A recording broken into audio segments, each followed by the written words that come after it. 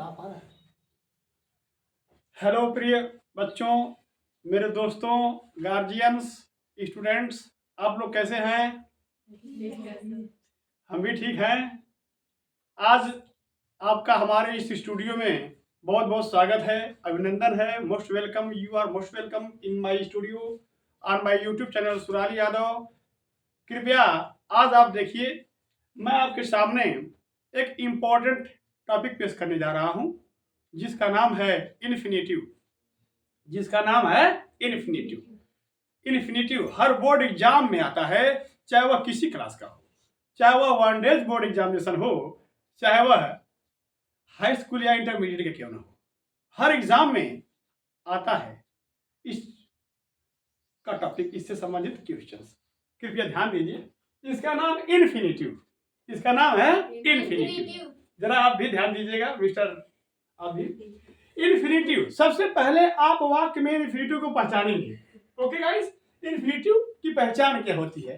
तो हिंदी वाक्यों में इन्फिनेटिव की पहचान होती है ना, नी, ने, या ने के लिए, ने के वास्ते।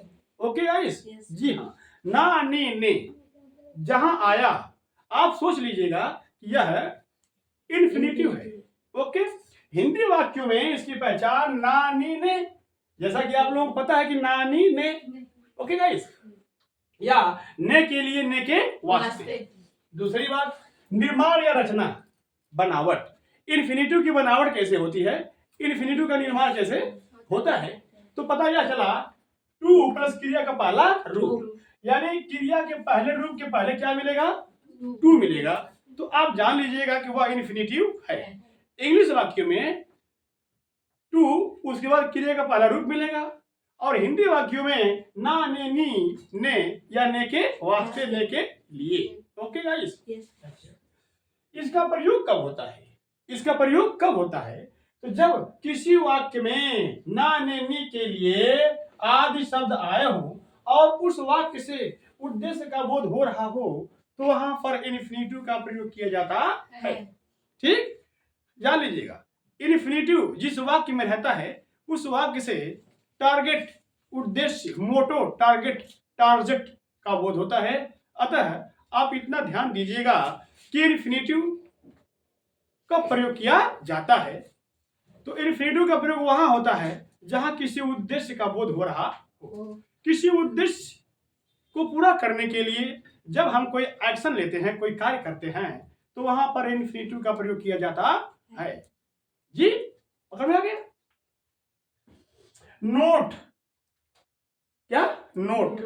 नोट का मतलब यह हुआ कि इन्फिनेटिव वाक्य में सब्जेक्ट का काम करता है, तो वाक्य में ऑब्जेक्ट का काम करता है, तो वाक्य में कंप्लीमेंट का भी काम करता है। इन्फिनेटिव के 6 रूप मिलेंगे। इन्फिनेटिव 6 स्थानों पर प्रयोग किया जाता है और 2 प्रकार का होता है। इन्फिनेटिव 2 प्रकार के होते हैं और फॉर्म इनके 6 होते हैं। हम अगले वीडियो में, अगले लेक्चर में आपको फुल वीडियो जब पेश करेंगे तो दिखाएंगे। ओके गाइस, इस प्रकार से आप जान लीजिए कि इन्फिनेटिव वाक्य में सब्जेक्ट होगा, या तो ऑब्जेक्ट होगा, या तो कंप्लीमेंट होगा। ठीक, अच्छा, इन्फिनेटिव का काम क्या है? इन्फिनेटिव का काम होता है कि वह नाउन का काम करता है, तो कुछ वाक्यों में एडजेक्टिव का काम करता है, कुछ वाक्यों में एडवर्ब का काम करता है। इन्फिनेटिव कौन कौन काम करता है? Noun, adjective, adverb. इन्फिनेटिव तीनों काम करता है। ओके गाइस, तो इन्फिनेटिव की पहचान है ना, नी, ने के लिए, ने के वास्ते। इन्फिनेटिव का निर्माण या बनावट होती है टू प्लस क्रिया का पहला रूप। इसका काम होता है नाउन, एडजेक्टिव, एडवर्ब का। या किसी वाक्य में नाउन का काम करेगा, तो किसी वाक्य में एडवर्ब का काम करेगा, तो किसी वाक्य में एडजेक्टिव का भी काम करता है। ओके, अगली बात, प्रयोग कब होता है? जब किसी मकसद को पूरा करने के लिए हम कोई काम करते हैं, तो ऐसे स्थान पर इन्फिनेटिव का प्रयोग होता है। ओके गाइस, जी हाँ। नोट, नोट का मतलब यह हुआ कि इन्फिनेटिव वाक्य में स्वतंत्र रहता है। ओके, इसके होने या ना होने से वाक्य की क्रिया पर कोई प्रभाव नहीं पड़ता, या किसी भी टेंस में प्रयोग किया जा सकता है और किसी भी रूप में प्रयोग किया जा सकता है।